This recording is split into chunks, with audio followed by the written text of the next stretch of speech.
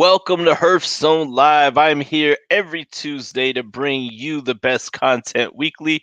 Be sure to subscribe on YouTube, search for Team Shirtless Mike, and follow on Facebook at Shirtless Mike. You can reach out to me on Instagram at Shirtless Mike 2020. See what goes on in my life, and hopefully I can see what goes on in yours. Herf Zone Live is expanding. Get your product in front of many viewers every single week. Let me advertise your cigar or product to my audience. DM me. Let's exchange information and get you a part of the Team Shirtless Mike team. What is going on, everybody? It has been 2 weeks since I've had an official live show. Just things come up or whatever, and it is what it is. That's part of the kind of the fun and kind of the craziness about doing a live cigar podcast. Stuff comes up or whatever, but I do have the ability to be able to schedule replays. So if you're watching on my Mike Holmes page, switch over to Shirtless Mike Facebook page or to my YouTube so I can see your comments down below and all that good stuff there. So I hope everyone's had a great day. I have an awesome show lined up today. So everybody last week that was commenting on my replay, I am live right now, so it's all gravy. So tonight I got Micky Pegg down in the green room right now in a Cigar Hustlers podcast green room. It's good. We're gonna get to know Micky a little bit better. He's a first time guest on Herf Zone Live. We're just gonna get to know his story. So without further ado, waiting patiently in the Hustler Universe Podcast Network Green Room, where you'll find the Cigar Hustlers podcast and the Chet and Palmer Shit Show. Welcome to Herf Zone Live, Mr. Micky Pegg. Hey, what's going on, brother? How you doing? what's going on? Thanks for having me on Shitless Live. Shitless Live. Everybody always they get the name of my show wrong. They say, "Oh, it's the Shirtless Mike Show" or whatever. I have to always tell everybody it's Herf Zone Live. So so we've already discussed this, but for the audience, for you to know, what are you smoking right now? I'm enjoying a nice St. Francis Robusto. Unfortunately, I didn't have any Colorados. I need those for this week. We have enough, but we need enough for the consumers out there. So I'm coming to you live from Havana Phil's in Greensboro.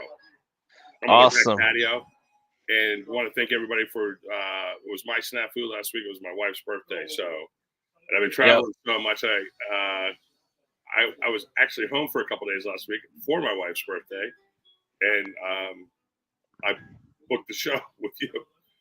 So you were nice enough to put me on this week, and I appreciate it. Only for legit excuses like that. Very understanding. That means I get it. After I get off of work, I actually have time to myself. For the whole night. So thank God for the replays and everything. So you're on the road right now. When did you start your little kind of like mini tour? I know as a brand owner, you kind of you got to do that from time to time to stay relevant, stay in people's faces. So when did you originally get on the road most recently, and what's that experience been like for you, brother? Yeah, I actually have been on the road ever since we launched. Just now that our name's getting in a lot more places, people are paying attention a little bit more. I'm being a little bit more active on social media. So last week I came up with 10-day tour or 14-day tour. Before that I was home for a couple days. 10-day tour. This one is a 9-day tour. I'm home for a day. And then I'm back out. I have events in Pittsburgh, and then I'll be next Saturday. I'll be in Indianapolis area at Final Third. This week, like tomorrow night, I'm at Havana Phil's in Greensboro. Thursday, I'm at Burners up in Huntersville, North Carolina. And then Friday, I am at B&B in Asheville, North Carolina. And then Saturday morning, I'm at Tinderbox Charlotte in South Park Mall for a private event with Club Puros guys. So, which is always an interesting event. It starts about 9 o'clock in the morning on a Saturday. Usually you can sell a lot of cigars, and these guys are all excited. They pick their cigars and they go tailgate and do all the other things, and just a fun crew. They're probably one of the oldest and most active kind of Herf kind of guys, back when Herfs were Herfs. The original Herfs, what you did is you went around to a bunch of shops you power shop for a brand. And then you ended up at one place, and then you had prizes and giveaways and stuff like that. So they're an interesting crew and a lot of fun. So I'm excited to see those guys on Saturday. Excited to see all my friends this week. So. Oh yeah, I mean, I guess that's the best part of being on the road. Yet you're active on social media. People see you. You got existing relationships because this is not your first rodeo in the cigar business, which we'll get into later. Since you're a first time guest. I used to be the youngest and the tallest guy. Now I'm the oldest guy. Yeah, now I'm the youngest and the most shirtless. Right. But anyway, so I mean, it's definitely got to be nice for you to, go to the different shops, see, people that you've known for a while, people who follow you once, hear the feedback. Like, what's the feedback been like, since you've been on the road, this most recently? Obviously it's good because you got events booked. Yeah. So, I mean, from the retailer feedback that I've been getting about the industry from starting at the industry level, is it is a little bit slower than the COVID years. It's still up for us, but they're so excited about what's going on in the industry. What's going on? I'm here in Vanderbilt's on a Tuesday night, and the place is rocking. So that's exciting. But I think one of the ways that they're going to look at their numbers is, long as this year's numbers are above 2019's numbers, that's a good litmus. So, and they think that's going to happen. So, the industry is healthy right now. I think that's the feedback I'm getting. People are starting to get they're finishing up getting their show orders in. So that's exciting, I think, for a lot of retailers too. And then, everybody's buckling in and getting ready for the Christmas season. So, absolutely, we're on the verge of the 4Q coming up next week. And, so everything healthy. I'm seeing people almost every day, and there's been a lot of activities in the retail shops on a Monday. Of course, there's going to be a lot of activity like that Thursday to Saturday and stuff like that. But it's been healthy and well received, so I'm very excited. I mean, we're growing leaps and bounds, and but it's also, we got to take time in the fourth quarter. What I like to do is make sure that we're taking care of the shelves that we're on, and then hunt for new shelves in between. Where at the beginning of the year, you're more like hunting and also maintaining. So it's very exciting, and I'm all in, so it's I could be happy. Most definitely. Now, how do you achieve that balance? Obviously, it's hard to get in. A lot of the times, like, I know, since I'm in retail and all that, it's I see it every single day, and how my boss, how Lou is, and just knowing other retailers. But like, how hard is it to maintain that balance, after actually initially getting in for you? Yeah, so it's something you always got to be thinking about. So one thing I always learn: you never leave a solid appointment without making the next one. So while you're there, and have a time frame and activity. Not everybody's going to bring in on the first time you walk through the door. They want to make sure somebody from the company is going to be there and support it. It's like people like, oh, I can help you out part-time and stuff like that. I'm like, no, we're not going to do that. I'd rather not be in a certain area until we have the right people representing that situation. Because people want to, retailers want to see a consistency. The consumer is the most important part of this. We're just trying to make cigars that, right now, that people are pleasantly surprised with, and want to keep in their stable. So that will drive the retailer to keep it in their stable, and that's where we're at. And you just got to keep coming back. You're not going to get in the first, second, the third, and then when they do bring you in, and they bring you in with a nice commitment. All right, what's our follow-up? What's our 12 to 18-month plan to keep this brand growing? What are going to be my responsibilities on that? And because every retailer is different, I've said it from the very beginning. If you've only been to one retail shop, you've only been to one retail shop. Like, you hang out at Smoke Ring 72, and you get around a lot of shops. The personalities, the look, what they smoke, the sizes they smoke, and, the blends they smoke are all different everywhere. So, or at least the people that spend time there. And, those retailers, so I want to work with the retailers and partner with them. I don't want to come in and say, hey, this is our plan. This is our box plan. Follow in this box, or you're not going to carry my product. No, Yeah. I didn't like that when I got bullied. As a retail, I didn't get personally bullied, but it was, the best part. The best are when partnerships and you work together on it and commit to each other. Yeah, most definitely. I've always seen, that from what I've seen so far since I've been in retail the last year, um, cigars sell when you have a partnership, when you have that existing relationship, not just on that business level, but, just seeing how you're doing and all that, because, that energy kind of, it flows off of one another. And then, obviously it overflows into that business relationship, in order, like people aren't gonna push as hard what they don't truly believe in, and Right. that's the biggest thing that I've seen of, what people, the stuff that sells is what that person selling it believes in, because those people, that the consumers, they come to that person, because they trust that opinion of, Oh, of you know, course. and I mean, I see it every single day. There's people that I've met when they first got into cigars, and every single week they're coming back like, what do you have next for me? I have people that won't even go into the humidor, and they'll just Right. go to the bar and just like pick something out for me, and I just get a few guidelines, just pick it out, and boom. So, It's interesting. People always ask me, how do I become a rep? How do I become a broker? How do I start my own cigar brand? And for the most part, if you're not born into it one way or another, retail is the best proving ground. You get the best, you learn the best, you learn pricing schedules, you learn blending, you learn. It was a little bit harder when I first got in because we didn't have this access, this digital access. So I mhm. had a notebook and I had a guy approach me. Oh, it was in I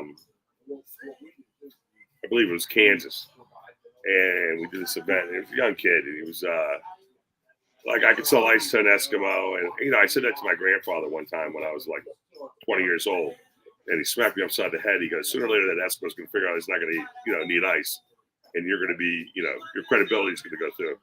And I said, well, you need to get a job in retail. And when I got into retail, so many people I didn't even get paid for the first 2 years because I Yeah. spent my money on cigars.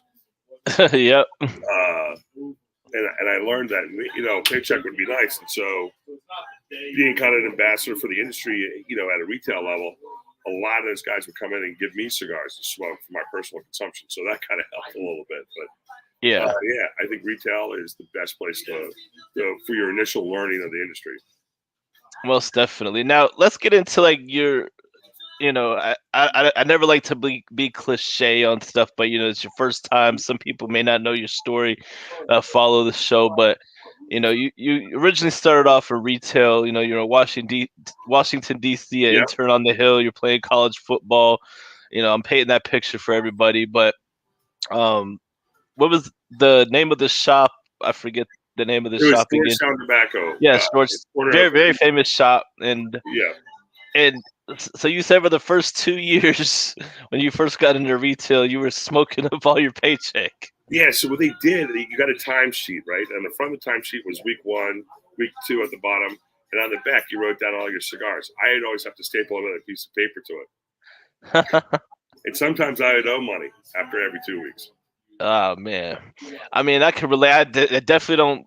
I definitely don't smoke all my paycheck, but I mean, I look at it like this: like I'm still gonna be buying cigars. The employee discount's very nice. I don't even know if you had that or whatever, but I smoke a lot of cigars, but within reason, where it's not eating up all the money. Plus, tips are nice. So, I mean, that's got to be frustrating for 2 years.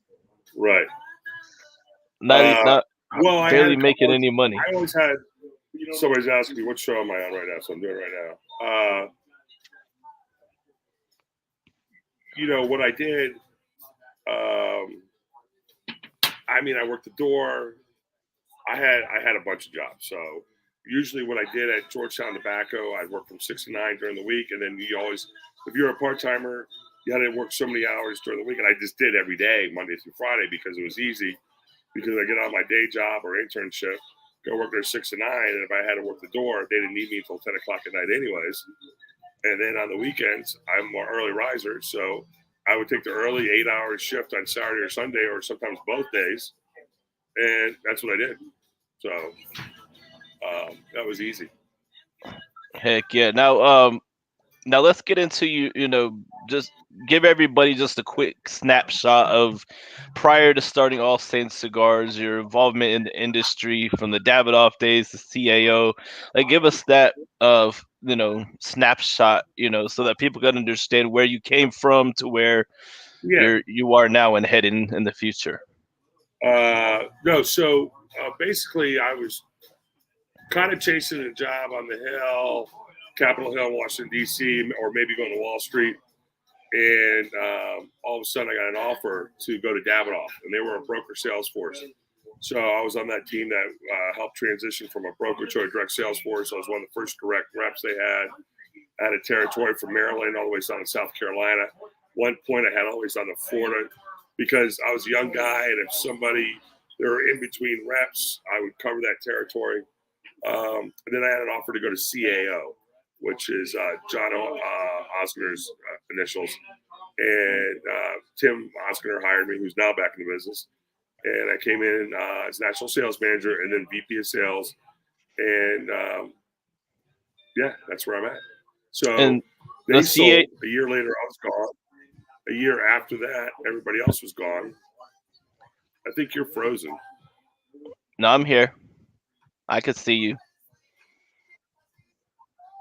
And then a year after that, everybody else was gone, and I went back to Philly, and I finished up my master's at the University of Pennsylvania, and then I sold mutual funds from Lincoln Financial, which ironically has an office down here, and I was on there. I sold like group retirement plans, so I sold and I would package those with mutual funds, and then I took that money and me and my partner Frank started All Saints Cigars, and that's where we are today. So our first shipment came in February 2020, so we were a little bit behind the curtain, and then last year we had a really nice real year, and we're doing gangbusters again this year. So we're really excited. A lot of Heck runway yeah. left. Heck yeah.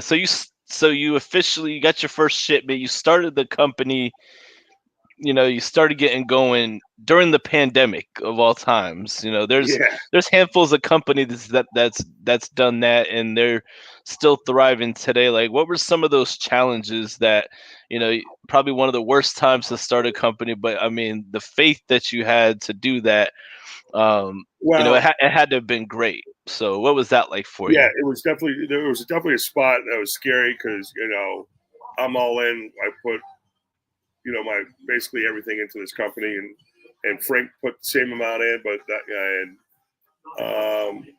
so I had about 40 accounts at that point. So I really didn't know what to do, and I'm like, but we were okay. I mean, our cash was fine, everything was fine. The only expenses we had were the cigars and my travel at that point, and because I'm doing this 100%. And what I did is I literally loaded up the car full of product. I delivered product from northern Jersey down to all the way down to the bottom of Virginia. And whatever account was closest to that consumer that I delivered the product to, I ran the credit card through that retail store because we weren't going to go direct. Yeah. So, and we were very adamant that we weren't going to do that. We weren't going to change that model. And there was a kind of a conversation, how are we going to do this? If the retail stores are closed, and we did it. We muddled through it, and here we are today. So it wasn't Nice. the best year fiscally for us.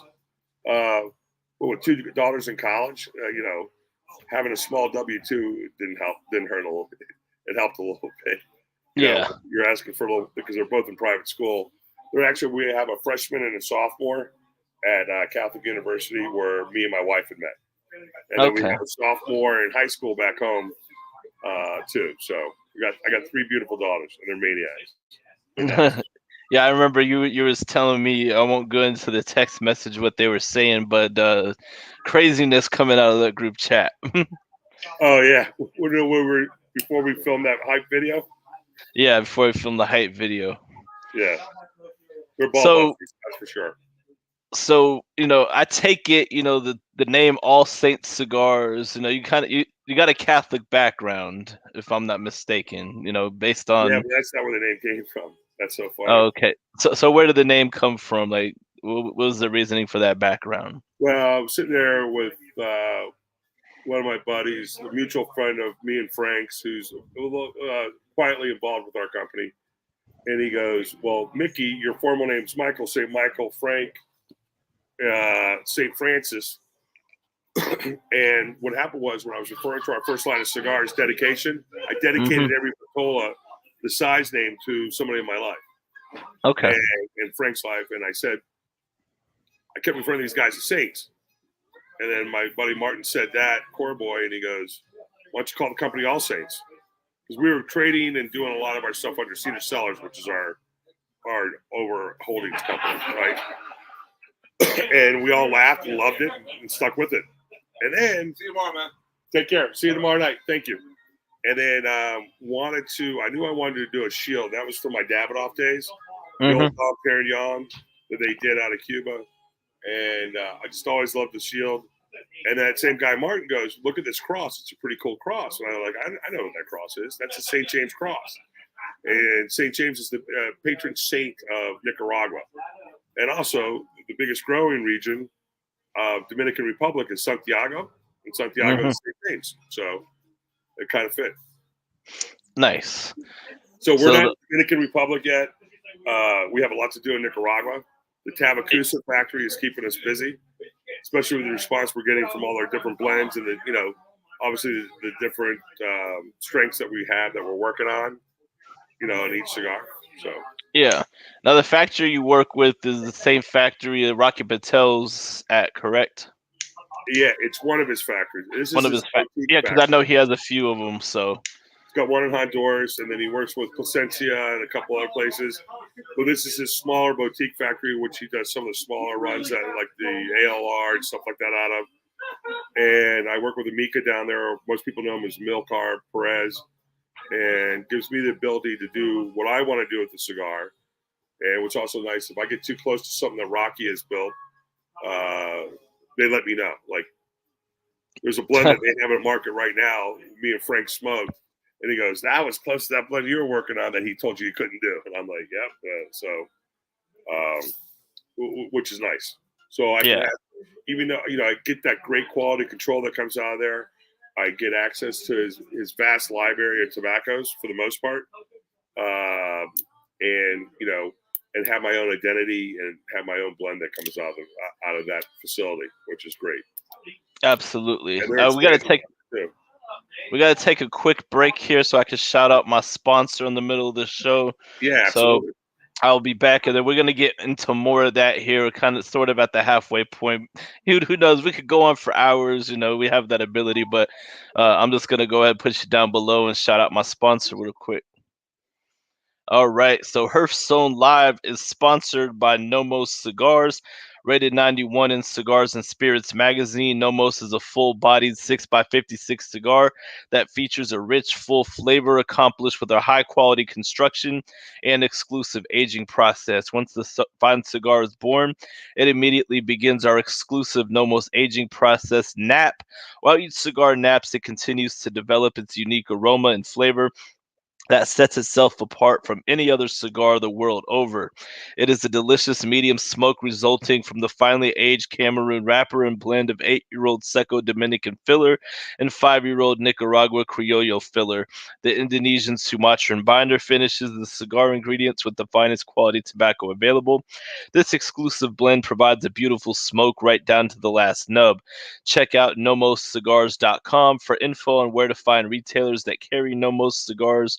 Orders also available on their website. Also follow them on Instagram at Nomos Cigars. All right, we are back to the show now. All right, so how did you start to work with Rocky Patel? I know previously when you traveled, you guys ran into each other a lot. So when did it get to that point of you deciding to start your own brand to work with that particular factory?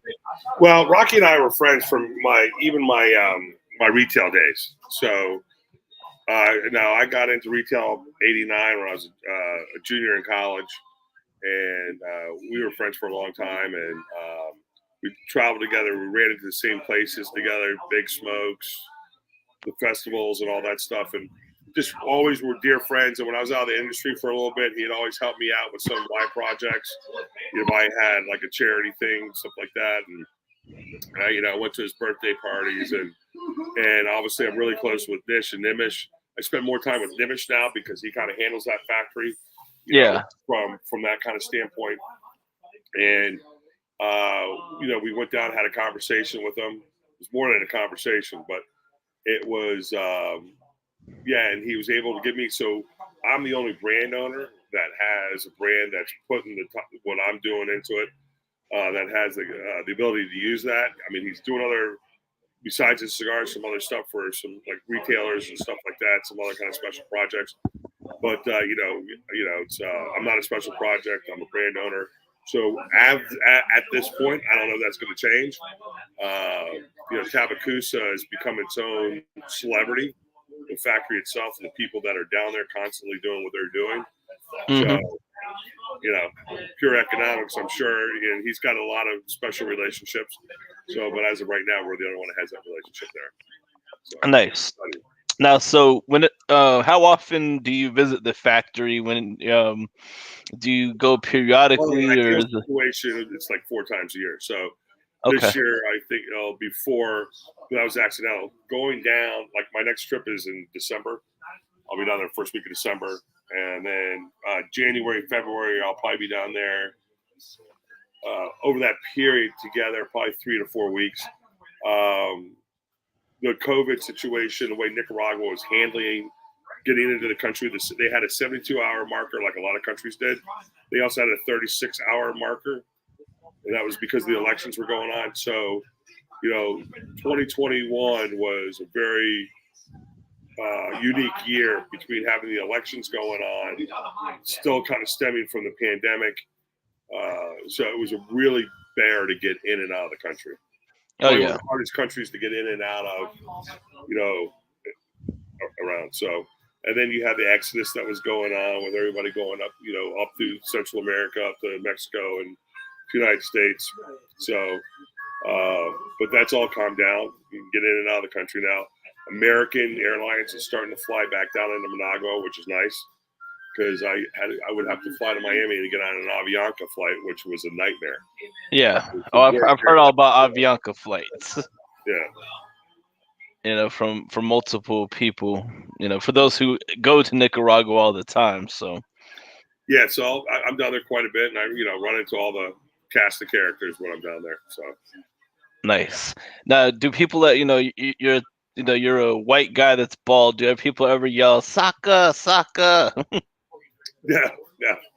I've been confused with Saka before. I think you were there at one of them. I'm pretty sure you were there, or I don't know if you were there when it was. No, Saka was there at the same time. I was there. They thought I was Saka. Yeah.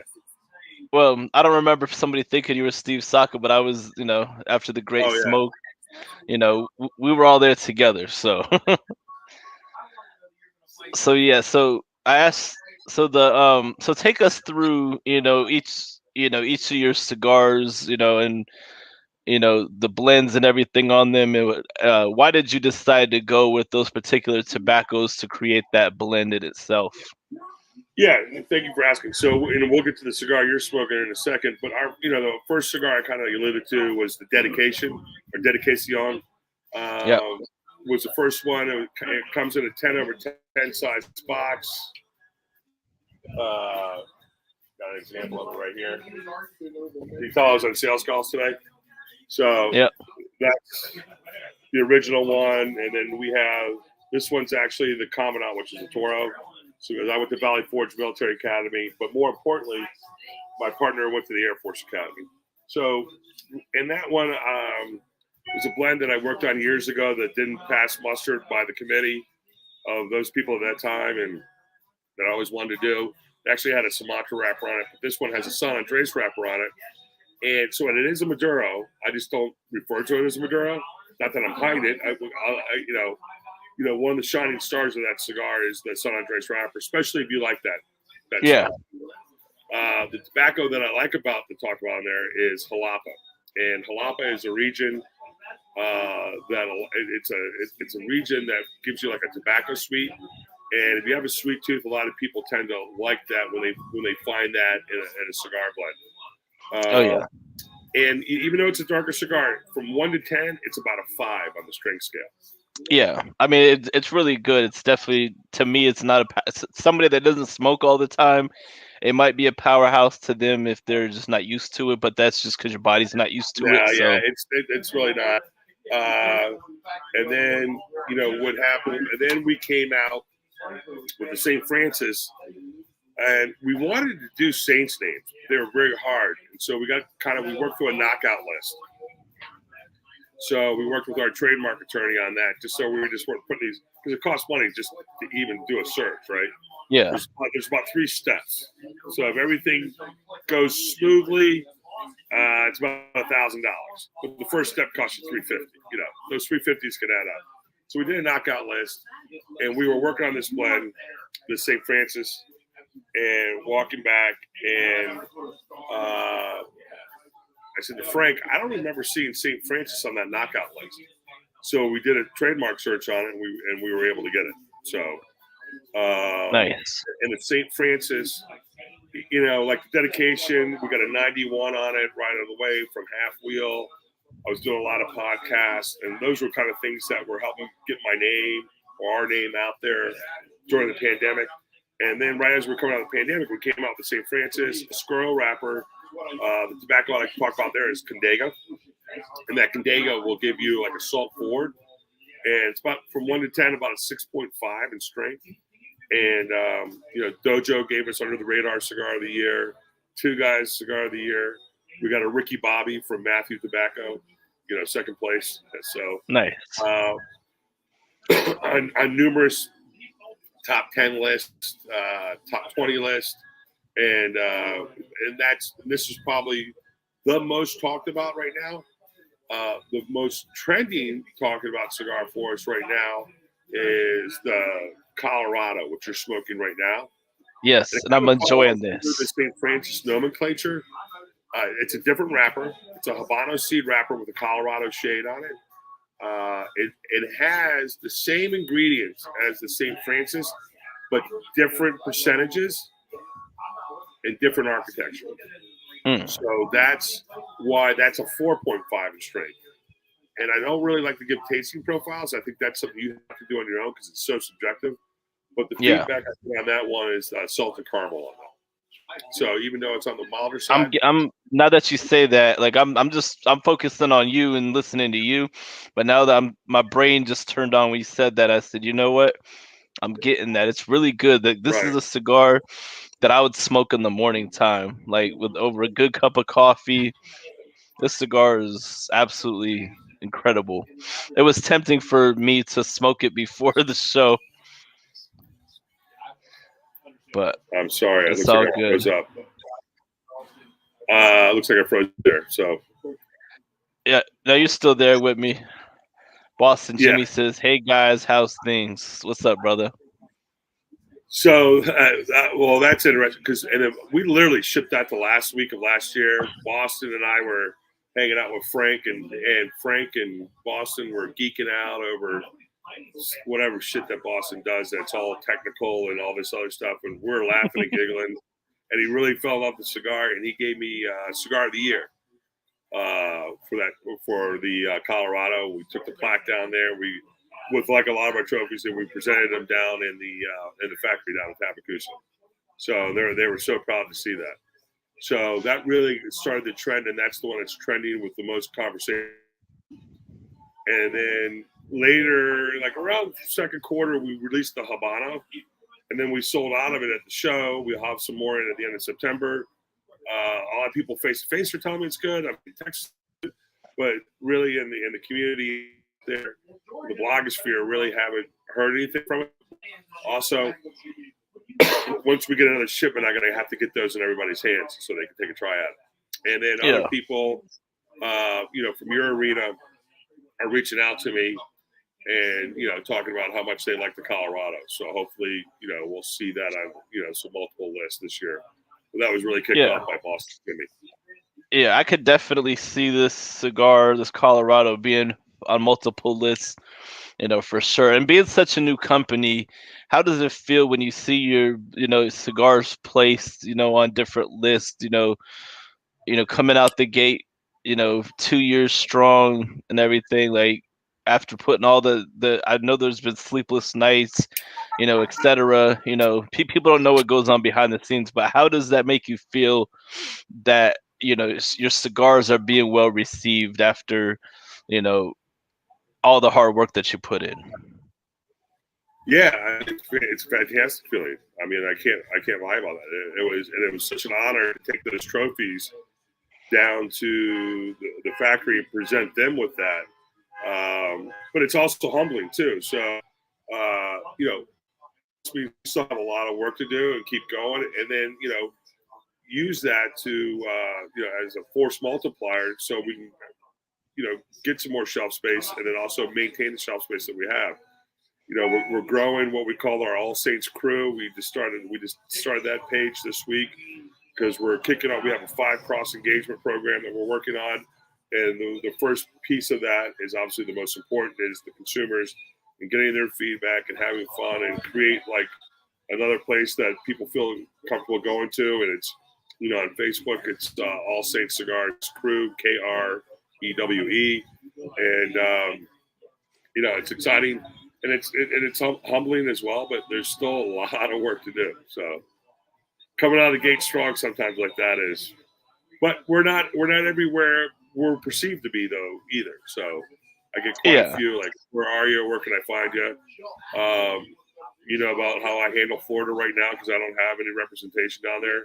Basically, I'm on I-4 and on Alligator Alley, and then connecting up, down by Smoking Boynton Beach up to Daytona Beach, where I'm originally from, or living in the Ormond Beach area. So that's why I had a nice time coming in and visiting your place, and then obviously Cigar Hustler. We're going to have an event with them in December. Actually, I do an event with Hustler on a Thursday, and then Abe on Friday.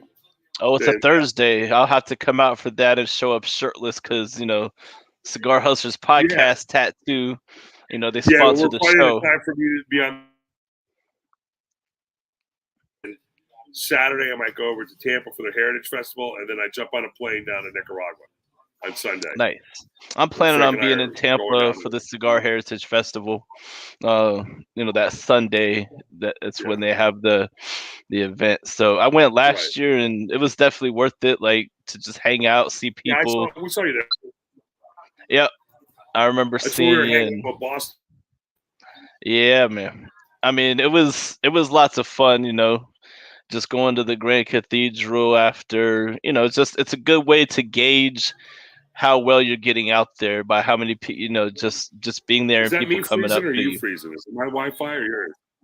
I think it's yours. It's, you're good now, but you keep on freezing. It's not as bad as I've had people freeze, but yeah, it's definitely a good way to do things. So, what do you guys have? Do you have anything else in the works that you're working on, or are you just trying to just maintain at this point? I'm sorry, you're gonna have to ask that question again. Do you have anything else like cigar wise that you're working on, or are you just trying to maintain at this point to keep the growth steady? So sorry about this. Can you hear me?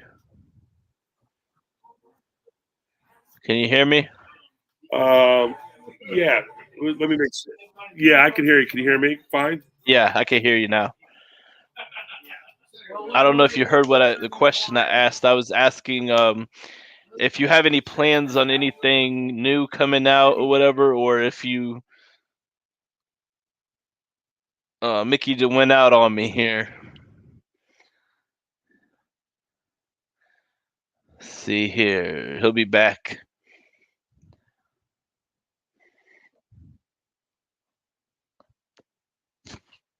All right, Mickey will be back, so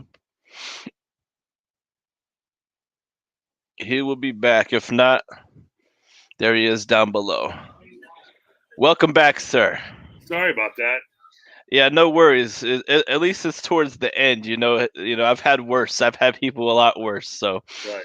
So yeah, do you have anything else that you're working on, or are you just trying to just maintain Yeah, that growth and just kind of stick with what you got for right now? yeah. So we have right now, we have the 4 lines at market right now. We have another line that we're working on that will come out uh, by the summer of next year.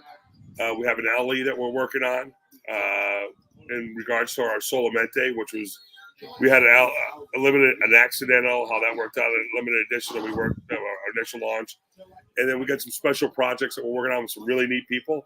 So I'll be excited to bringing those to market, and should bring a lot of attention around our brands.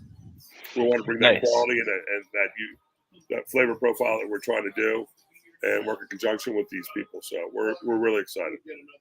Nice, nice man. It's good to hear about all the good things happening with All Saints Cigars and all And that. I'm It's traveling. yeah, man. So, what are some of your favorite things about traveling? Um, well, when my kids were younger, it's not having to change diapers. Just getting to see everybody. It's you do these virtual podcasts all the time, and it's so dehumanizing. I think something not in a sense, but it's great that we can connect. But it's kind of exciting because you connect with everybody on social media and then see them live face to face. Like Yeah, when I got to see you, that was a blast. And I saw that chair, and I'm like, let's do a hype video for that. That was pretty freaking cool.